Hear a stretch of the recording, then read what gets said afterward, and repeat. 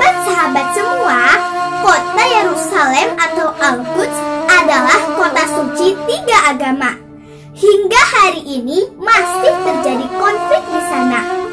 Namun, dahulu pada masa kekhalifahan Umar bin Khattab radhiyallahu anhu, kota Yerusalem pernah ditaklukkan Muslimin. Pada masa itu, kota Yerusalem menjadi kota yang aman dan damai. Mau tahu kisahnya?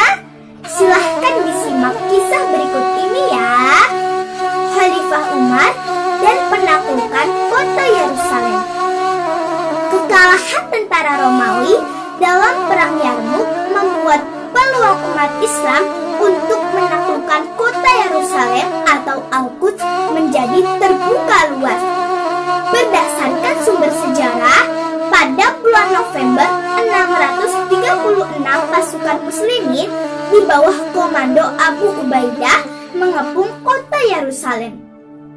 Setelah 6 bulan lamanya dikepung, akhirnya Patriark Sophronius setuju untuk menyerah dengan syarat sebagaimana yang ia sampaikan kepada utusan khalifah. Awalnya terjadi perbedaan pendapat antar petinggi kekaisaran Bizantin yang ada di sana.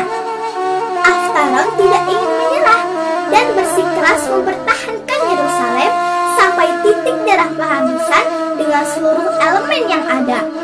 Sementara Uskup Sophronius lebih memilih jalan damai. Akhirnya Aftaron pun kalah suara dan Sophronius memenangkan suara untuk menyerah secara damai. Namun, dia mensyaratkan bahwa penyerahan harus dilakukan langsung dengan Khalifah Umar radhiyallahu anhu. Syarat dari Uskup Agung Yerusalem itu lantas diteruskan kepada Khalifah Umar di Madinah. Atas masukan dari Ali bin Abi Thalib, akhirnya Umar memutuskan untuk berangkat ke Yerusalem. Khalifah Umar berangkat bersama seorang hamba sahaya dengan menunggang seekor unta merah dan membawa sekarung gandum, sekantung kurma, sebuah kantung dari kulit binatang, serta selembar tikar untuk sholat. Menurut riwayat, Umar dan khodamnya bergantian menaiki unta. Jika Umar menaiki unta, maka khodamnya akan berjalan sambil memegang tali unta tersebut. Sedangkan jika giliran khodamnya yang menaiki unta, Umar pula yang akan berjalan sambil memegang tali unta tersebut. Setiap kali giliran dilakukan, mereka akan membaca surah Yasin sampai habis. Teman-teman tahu kan surah Yasin itu bagaimana? Hal ini saya akan mencontohkannya ya. A'udzu billahi minasy syaithanir rajim. Bismillahirrahmanirrahim. Yasin wal Qur'anil Hakim. Dan seterusnya sampai 83 ayat. Itulah yang dilakukan oleh Umar dan khodamnya sehingga mereka sampai ke kota Al-Quds. Sebelum mereka sampai ke kota Al-Quds, Umar telah melalui tenda tentara-tentara Islam yang dipimpin oleh Abu Ubaidah di Jabiyah. Saat itu, Abu Ubaidah bersama Khalid bin Walid. Ketika tentara-tentara Islam menyadari kedatangan Khalifah Umar bin Khattab, mereka menyambutnya dengan penuh rasa kehormatan. Ketika itu, giliran Umar berjalan kaki dan memegang tali unta, sementara khodamnya naik unta. Berkali-kali khodamnya meminta agar Umar berada di atas unta sebelum sampai ke perkemahan tentara. Tetapi hal itu ditolak oleh Umar karena kerendahan hati dan ketinggian budinya.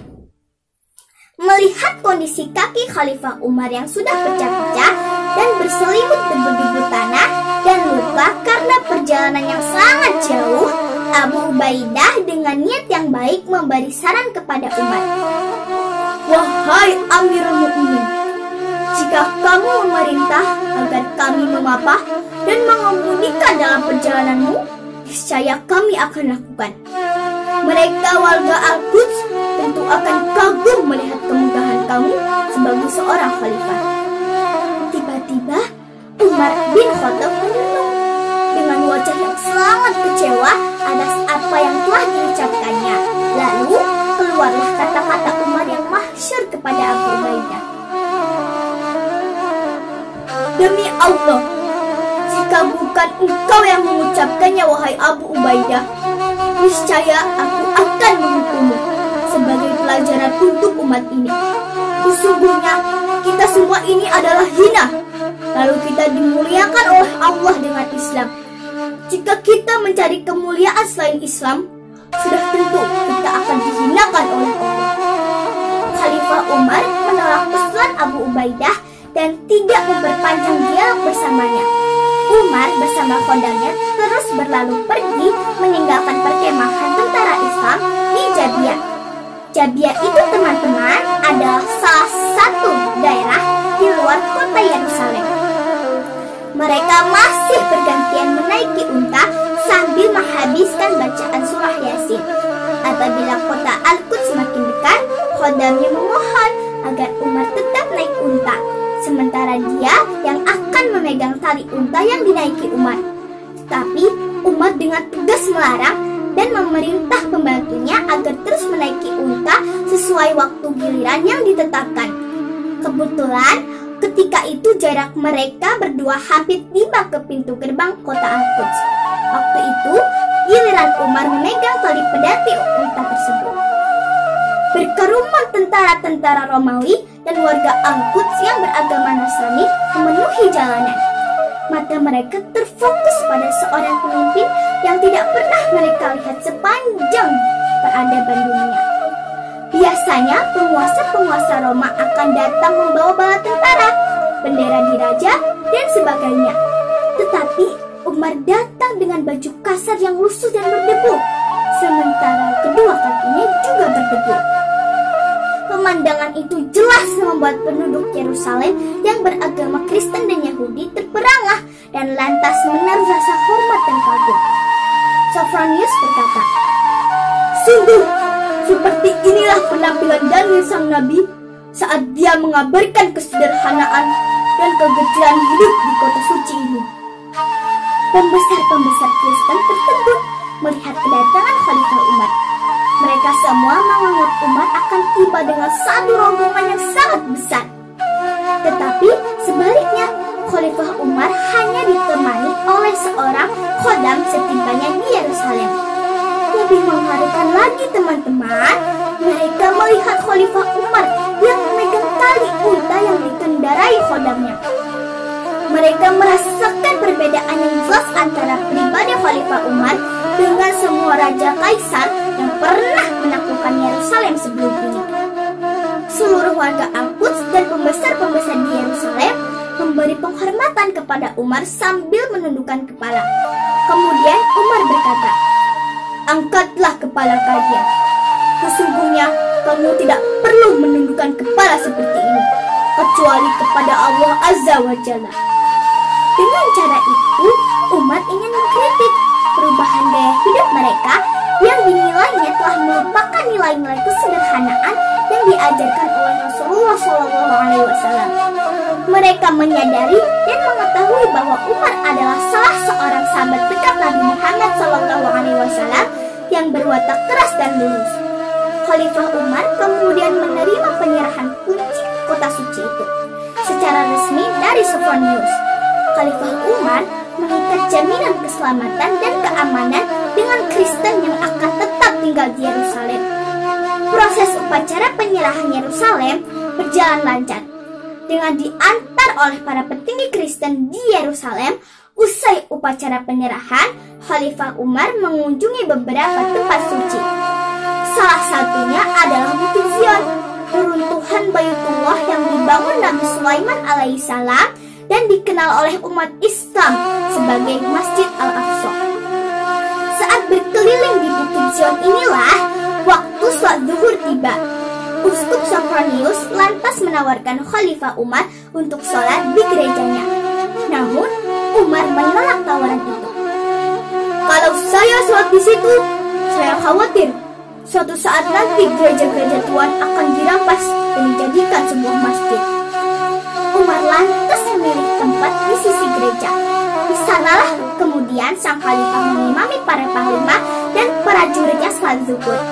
Kelak puluhan tahun kemudian, Walid Abdul Malik dari dinasti Umayyah mendirikan sebuah masjid yang sangat megah.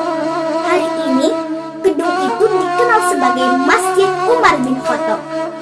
Genap 10 hari, Khalifah Umar bersama tentara-tentara Islam memasuki kota Al-Quds dengan aman. Sukses itu dirayakan dengan menggunakan qiyam dan doa syukur kepada Allah Subhanahu wa Ta'ala. Sewaktu berdoa, Umar tiba-tiba menangis.